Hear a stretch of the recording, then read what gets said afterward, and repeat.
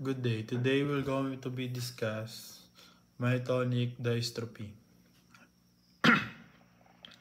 Myotonic dystrophy is a genetic multi-system disorder that primarily leads to progressive muscle weakness, muscle loss, and myotonia. Ito po yung mga ah, disorder na makukuha kay myotonic dystrophy. Difficulty relaxing muscle after use. Beyond muscle-related symptoms, DM can also impact various other body system. Ang mga body system po nito ay yung heart, lungs, and eyes.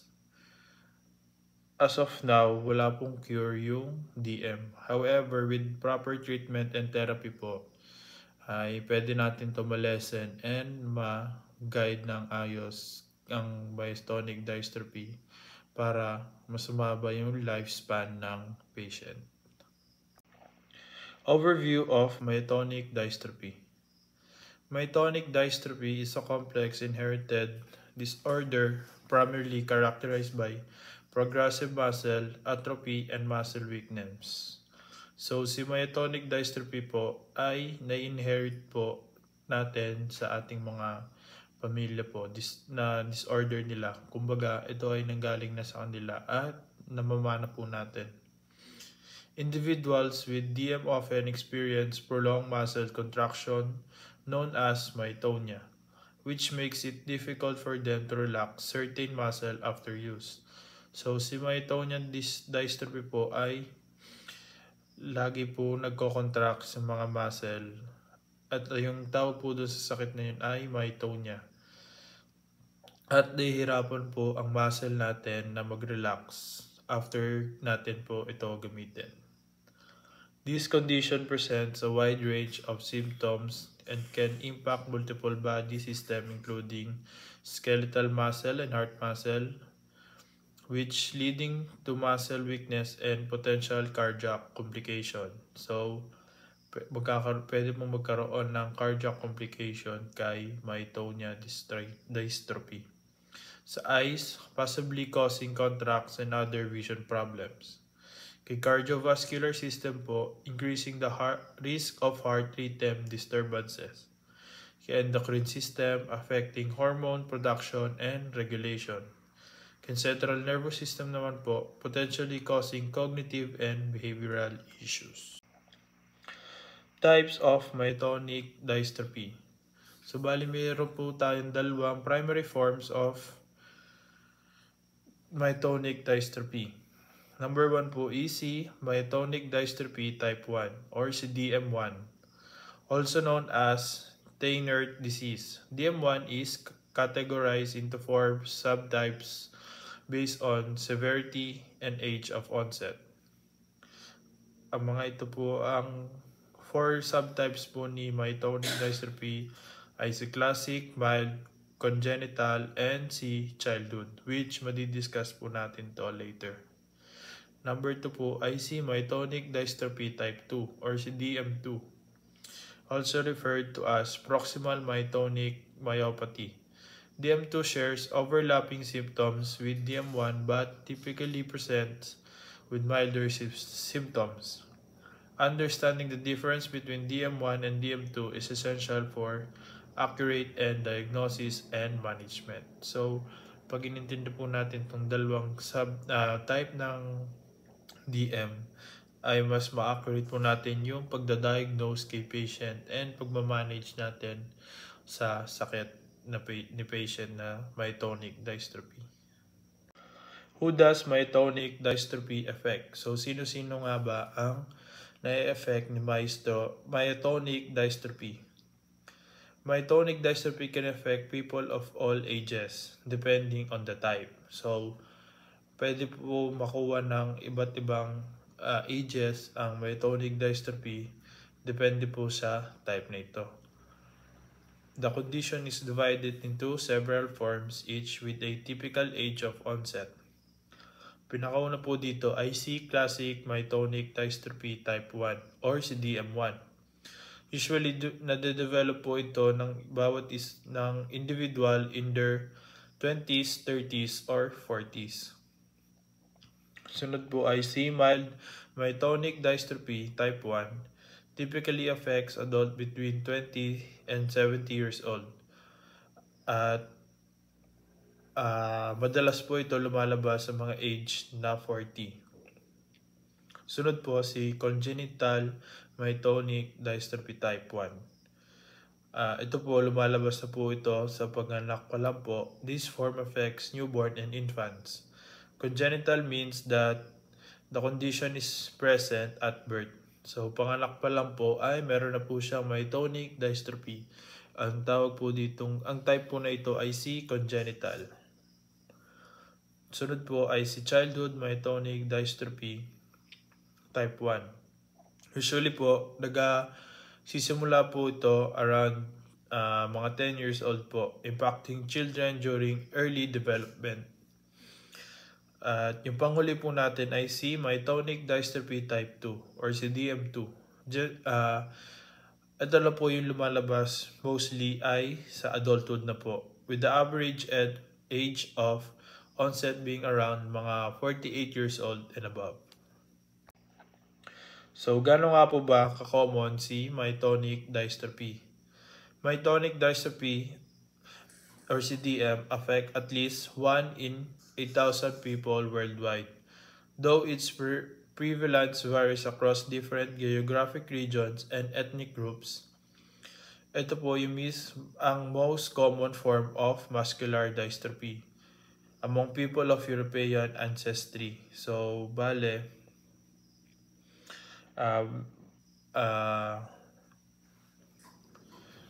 bihira lang po siya, pero ito po ang most common form of muscular dystrophy. So, common po siya kay muscular dystrophy. Among the two types of the disease, type 1 DM1 is generally more common than type 2 DM2 in most population. Symptoms and causes of myotonic dystrophy. Myotonic dystrophy is a progressive condition, meaning its symptoms worsen over time. The primary symptoms includes muscle atrophy or C, wasting, katulad nga po ng sinabi natin kanina. Ang muscle atrophy po ay gradual shrinking and loss of muscle tissue. Number 2 ay si muscle weakness po. Reduced muscle strength affecting mobility and daily activities. At yung kanina po natin nasasabi na si myotonia. Ang si myotonia po ay difficulty relaxing muscle after use. For example, ang magsasarado kayo ng pinto, hindi nyo siya agad ma-release na yung door handle after nyo po buksan. In addition to muscle-related symptoms, myotonic dystrophy can affect multiple body system, leading to a range of other complications. The severity and progression of these symptoms vary depending on the type of DM a person has. Pumunta naman po tayo ngayon sa mga type na myotonic dystrophy. Myotonic dystrophy type 1, DM1.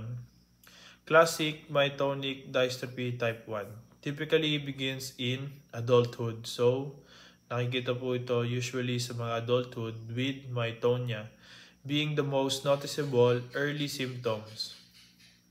Myotonia causes difficulty in relaxing muscle after use, which is often more pronounced after periods of rest but may improve with continued movement. So, may improve po natin si myotonia kapag lagi po natin nagagalaw yung mga muscle na na-affect ni myotonia. Other key symptoms include distal muscle weakness or weakness in muscle farthest from the body center, such as the hands and the lower legs. This leads to difficulty with fine motor tasks. Example po nito ay pagboboto ng clothes natin and impaired gait due to foot drop. At isa pong key symptoms ay si myopathic face. 18. Sharp facial appearance caused by the wasting of facial muscle. At panghuli po nating key symptoms ay si heart conduction abnormalities. Ito po ay mga irregular heart rhythms that can increase the risk of cardiac complications. So, pag may irregular heart rhythms po tayo, ay nanganganib po ang ating cardiac complication. Pwede po tayo ma-cardiac arrest dito kay heart conduction abnormalities. Sunod naman po tayo ay kay congenital myotonic dystrophy type 1 or si CDM1. Is the most severe form of myotonic dystrophy and is present at birth. So tulad nga po sinabi natin kanina, congenital na po siya. Pinanganak pa lang kayo ay meron na po kayong myotonic dystrophy. It can often be detected before birth due to specific signs during pregnancy. So bali makikita po ito kahit nasa tiyan pa lang po si baby ay makikita na po yung sign ni congenital myotonic dystrophy type 1. Prenatal or before birth signs. So, ito po yung mga signs na merong congenital myotonic dystrophy po ang isang individual. Decreased fetal movement, which is reduced activity of the fetus inside the womb. So, nare-reduce po yung mga activities na ginagawa ng fetus sa loob ng womb ni mother. At yung polyhydramnios, an excessive amount of amniotic fluid surrounding the fetus during pregnancy. So, madami pong amniotic fluid na nagsusurround sa fetus during pregnancy. Next po nating sign ay si clubfoot. A birth defect where one or both feet are twisted out of shape or position. Ang panghuli po nating sign ay si ventriculomegaly or ito po yung enlargement of the brain's ventricles caused by a buildup of cerebrospinal fluid.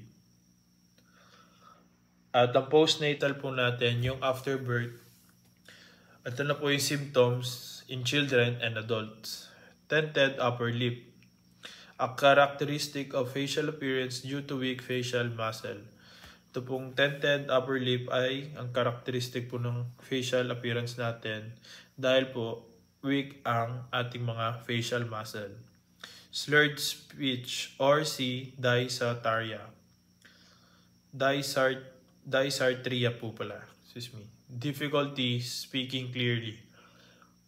Ito po yung mga mahirap magsalita or minsan ay nabubulol. Intellectual disability, developmental delays, and learning difficulties.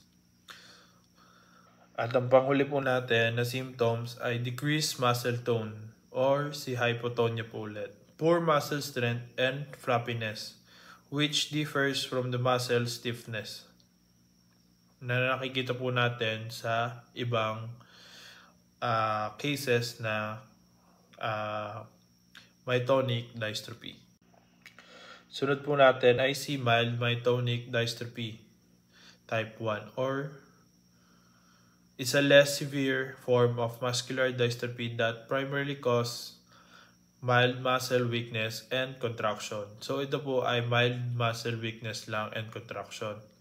It is a multi-system disorder, meaning it can affect various parts of the body including the muscle, eyes, heart, and iba po pong organ ng ating body system. Symptoms, typically po, ito po ay lumalabas sa ages between 20 and 70. Pero most often ay lumalabas po siya sa age na 40. This include also mild muscle weakness or yung gradual loss of muscle strength, but generally less severe than in other forms of DM1. Ito po, meron din po siya, nagpa-positive din po dito si myotonia. Ayun nga po, ang pag-difficulty relaxing ng muscle natin pagkatapos natin gamitin si muscle. And yung panghuli po ay si cataracts, clouding of the eyes lens leading to vision problems. Ito po yung mga symptoms ni mild myotonic dystrophy type 1. Sunod po natin ay si childhood myotonic dystrophy type 1. Ito po ay usually nagbibigins around at the age of 10 and present with the range of symptoms that affect both physical and mental health. So, sa age ng 10 po ay na-affect po nitong symptoms nito sa physical and mental health po na isang tao. Symptoms include learning difficulties and psychosocial problems. Children with DM1 may experience learning challenges as well as family difficulties, depression, and anxiety. Ito po yung mga may delay sa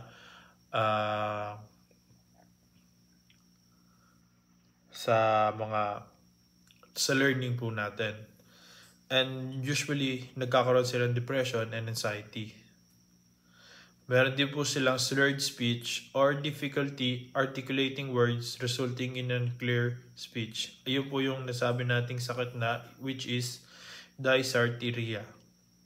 Hand muscle myotonia, which is ito po yung hirap na mag-relax ang mga hand muscle natin pagkatapos natin gamitin, which can affect task requiring mga fine motor skills po natin, tulad po ng pag-grasp, at iba pa. At ito po ay meron din pong symptoms na heart conduction abnormalities. Ito rin po yung irregular heart rhythms or other heart-related issues which can lead to complication if not managed.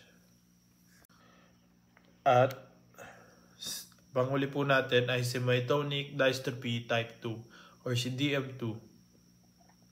Ito po ay usually lumalabas sa adulthood and present with a variety of symptoms that can vary from person to person.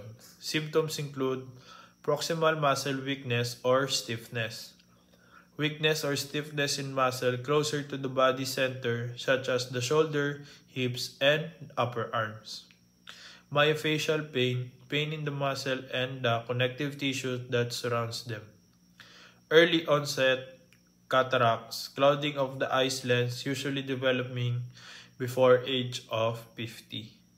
Varying grip myotonia, difficulty relaxing hand muscle after use, leading to issues with gripping objects. Meron din po tayo dito na pagkawala ng pagkakahina ng pandinig or yung hearing loss. Gradual loss of hearing which can occur alongside other symptoms. Ito po ay na-occur po yung hearing loss dahil sa mga ibang symptoms kay DM2. At meron din pong pain. One of the primary complaints in DM2, often described as abdominal musculoskeletal or exercise-related pain. So, ano nga ba nagkakos kay myotonic dystrophy? Ito po ay na-inherit na condition passed down from parent to a biological child. It is caused by genetic mutation in specific genes. So, yung na po ang dalawang type na si myotonic dystrophy type 1 and si type 2. Si myotonic dystrophy type 1 is caused by mutation in the DMPK gene. At si type 2 naman po ay nagmutation po siya kay CNBP gene. Both types of DM involve a similar genetic change. A segment of DNA is abnormally repeated. So yung DNA po ay abnormal na nagpapaulit-ulit multiple times within the gene, creating an unstable region. The more times the DNA is repeated, the more severe the symptoms tend to be. Scientific studies suggest that these abnormal DNA repeats produce excess messenger RNA or cmRNA, which becomes toxic and interferes with the normal production of protein in cells. This disruption affects various organs and symptoms in the body, leading to signs and symptoms of myotonic dystrophy. So paano nga po ba na inherit si myotonic dystrophy? Ito po ay inherited in an autosomal dominant pattern, which means that only one parent needs to have the altered gene for the condition to be passed on their child. So, isa lang ang parent na meron nito at may possibility na uh, mapasa kay baby.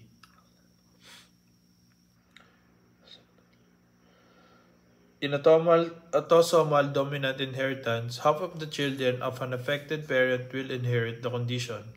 As myotonic dystrophy type 1 is passed down through generation, there is a phenomenon known as anticipation. This means that the condition tends to develop earlier in life and becomes more severe with each generation. In other words, symptoms may appear at a younger age and progress more quickly in the descendants of the affected individual.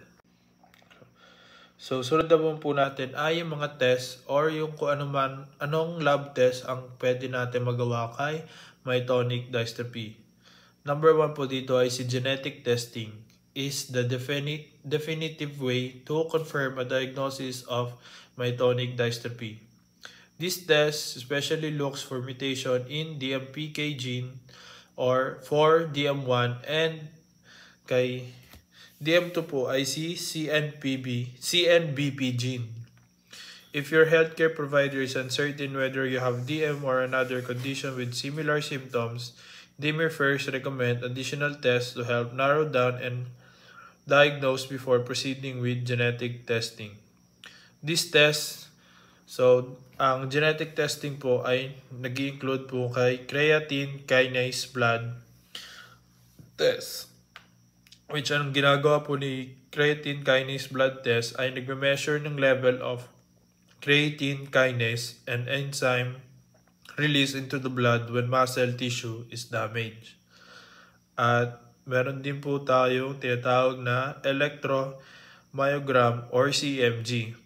Ang test po nito ay nagme-measure ng electrical activity ng muscle to assess their function and detect abnormalities. At ang panghuli po natin na test ay si muscle biopsy. Ito pong procedure nito ay ang small sample of muscle tissue ay tinatanggal and ina-examine po to look for signs of muscle disease. So ano nga ba ang mga management and treatment of myotonic dystrophy? So, katulad nga po ng sinabi natin kanina, wala pa pong cure kay myotonic dystrophy. Therefore, ang focus po natin sa treatment is on managing symptoms and maximizing quality of life and independence. Since CDM po can affect various parts of the body, treatment plans are tailored to an individual's specific symptoms and needs.